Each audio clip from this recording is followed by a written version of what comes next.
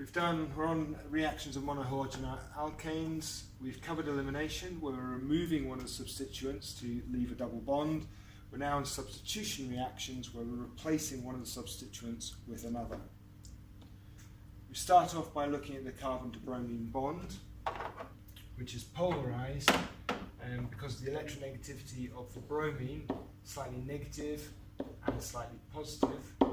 The electrons are drawn towards the bromine, which makes this quite a good leaving group to form a bromide ion. So the electrons are drawn towards the bromine atom. Our first substitution reaction is a substitution nucleophilic, so by a nucleophile, something that likes positive charge, unimolecular.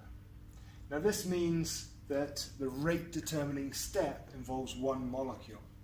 This is written in shorthand SN1, substitution nucleophilic unimolecular. Capital S, subscript capital N, and a number 1. The first step in this reaction is a slow step. It's the rate determining step, and it involves our reactant here breaking this bond to form this carbocation intermediate and a bromide ion. We're going from a tetrahedral sp3 carbon to form a trigonal planar sp2 hybridized carbon with a carbocation intermediate. The second step in this reaction is the fast step, and that means the nucleophile is going to attack the carbocation center there to form a nucleophile substituted product. Now, because this is trigonal planar, it's a two-step reaction, the nucleophile could also attack this side. So we're left with possibly two isomers depending on the other substituents. In this form, we get an inversion of the original molecule, but if it attacks from the other side, we have a different form of that molecule. We've got two possible sides for attack.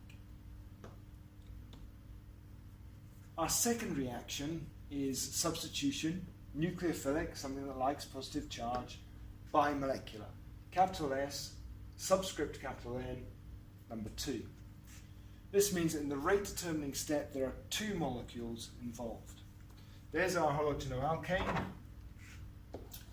our nucleophile negatively charged, or electrons to attack a positive center, and it is going to attack the slightly positive center here. The electrons are going to be moved towards the bromine. Now in this case there are two molecules. It's our slow step, that's our rate determining step, and there's our product. In between we can draw a transition state with the nucleophile coming in and the bromine being pushed out in one step. This is a theoretical state, it's an unstable arrangement of molecules and will quickly fall apart to form our product. Now in the bimolecular reaction we're always going to get inversion.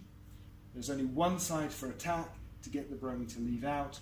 We are not going to get the same configuration of substituents in this reaction. In summary, SN1, slow first step, which is bond fission, heterolytic bond fission, unimolecular. Fast second step, first order kinetics. Our SN2 reaction is a one-step reaction with two molecules involved, which means it's bimolecular, and we have second order kinetics. Now we need to look at our products of substitution reactions by varying the nucleophile. What happens when we change the nucleophile? Now at this stage, you can pause the video. These are different nucleophiles: hydroxide, alkoxide, NH3 with its lone pair of electrons, and nitrile here. What I'd like you to do is go through these different reactions and work out what products you're going to get. I'll continue and go through each of the reaction mechanisms, and you can check your answers against what I show next. So, formation of alcohols. We're looking at a substitution reaction. Now in this case, while you might not know this bit, you should have the reaction mechanism okay, and you can add in the conditions later on. We had potassium hydroxide and ethanol earlier on, which means to elimination. In this case we're looking at aqueous and substitution. So if we think of aqueous and ends in an S, so we're going to look at substitution.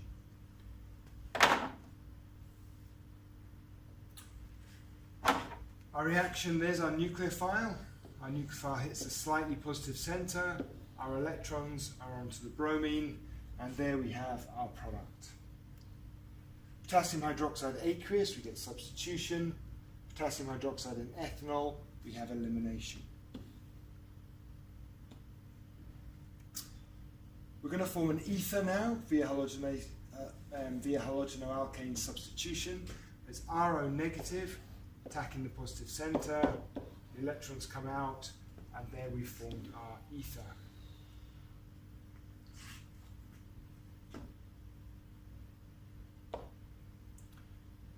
Ether formation via use of an alkoxide.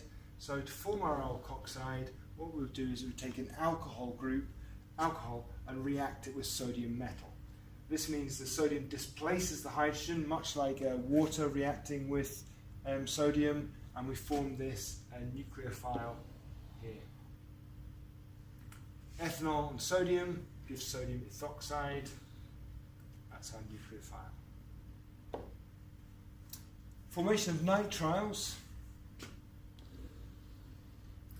In this case we've got Cn negative as our nucleophile. I've changed the orientation here, and the nucleophile can attack the slightly positive carbon centre. The slightly negative halogen is our leaving group, and we have our nitrile group in the end. Now the advantage here, you can pause the video and think what the advantage might be.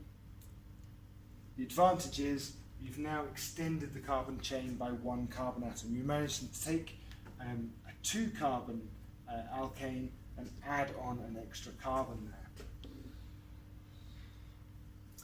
We've got chloroethane forming propane nitrile. Nitrile substitution is used to increase the carbon chain length by 1 carbon atom. Now there is a second step to this reaction. So while we've formed our nitrile, we can now form a carboxylic acid by the step of hydrolysis. There's our nitrile, we hydrolyze, and we form our carboxylic acid. Propane nitrile becomes propanoic acid.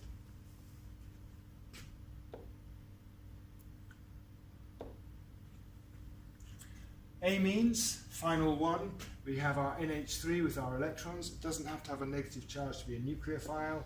That attacks our carbon centre, our electrons towards our bromine, and we'll form this ionic complex with a positive charge and Br negative. That is the methyl ammonium ion. We have a second step here where another ammonia molecule can attack the hydrogen there. Those electrons can pop into the nitrogen, and we form ammonium bromide and our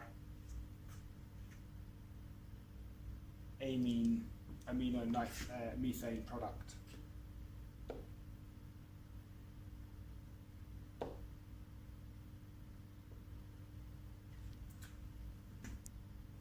Have another go. There's our central molecule, our halogenoalkane. There's our 3 nucleophiles. Make sure you can draw the mechanisms for each one.